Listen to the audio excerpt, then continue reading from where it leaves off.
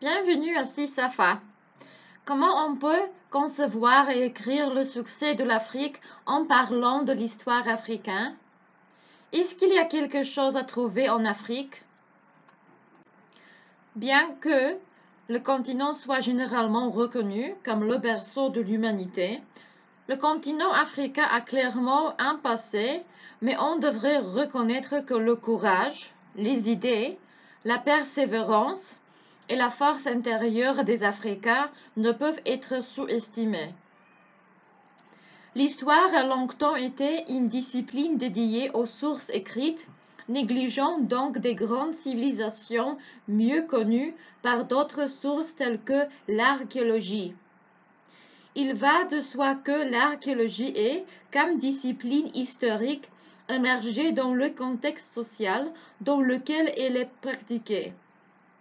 L'interprétation des données archéologiques peut par conséquent être guidée par les intérêts d'un chercheur ou de la communauté à laquelle ou elle appartient.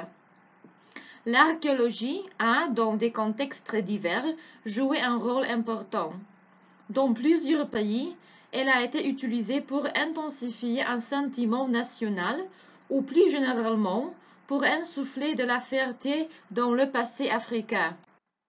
On fait le poids sur l'état de la pratique en archéologie en considérant ses financements et ses priorités, ses agendas théoriques et ceux de la recherche, les conceptions de projets et les intérêts des parties impliquées.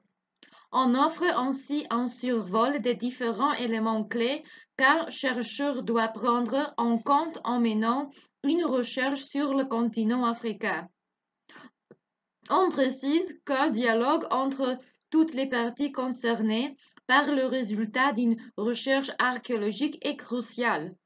Ça implique qu'en fait de respecter les délais très stricts des demandes de crédit, il est nécessaire que les chercheurs aient construit avec des partenaires africains un réseau qui puisse être activé au moment de soumettre une demande de subvention.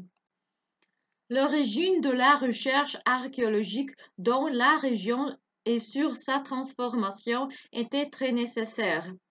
Il faut analyser une série de questions telles que l'attribution culturelle des sites archéologiques, le rôle de l'archéologie afro-historique, la protection du patrimoine et la formation des futures générations afro-archéologues. On devrait mettre l'accent sur le rôle croissant de sauvegarder les traces matérielles d'une présence ancienne d'humains. La perspective de l'Afrique est extrêmement centrale en fait d'analyser l'histoire africaine.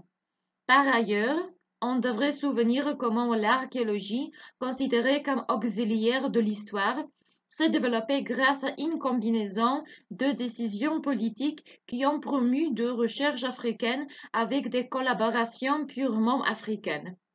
Les scientifiques africains soulignent souvent l'importance de méthodes nécessaires afin d'analyser l'histoire africaine. Étude du paysage et de chaque détail visible à sa surface ou révélé par une fouillis, l'archéologie est indispensable à la compréhension du passé, ou qui vivent ou est vécu des humains. Selon les historiens spécialistes africains, ce n'est toutefois pas la seule façon de questionner l'histoire.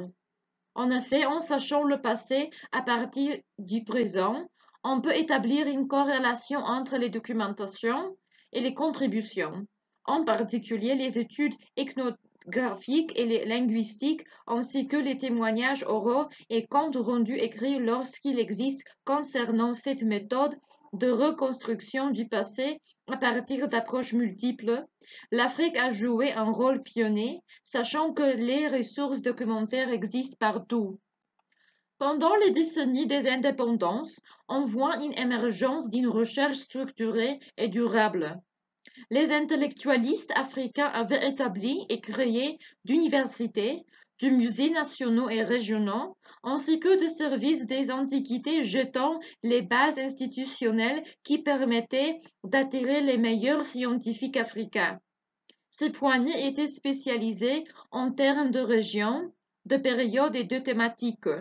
Leur objectif et perspective présentaient aussi des divergences qui ont perduré tandis que la recherche se développait. Grâce aux découvertes africaines, l'histoire de l'Afrique était devenue respectivement universaliste et en même temps africaniste. Les historiens africains sélectionnent des régions pour effectuer le travail de terrain et des sites promoteurs pour entamer des fouilles, en Afrique comme ailleurs, afin de tester des hypothèses générales et de comprendre les modes de vie d'adaptation des humains. Dans ce cadre, les chercheurs africains prennent bien évidemment en compte les facteurs locaux et les signes de changement de l'environnement à travers les âges, car ceux-ci sont capitaux pour leur objectif de reconnaissance de la diversité des cultures des Africains entre des pays. Merci d'avoir écouté.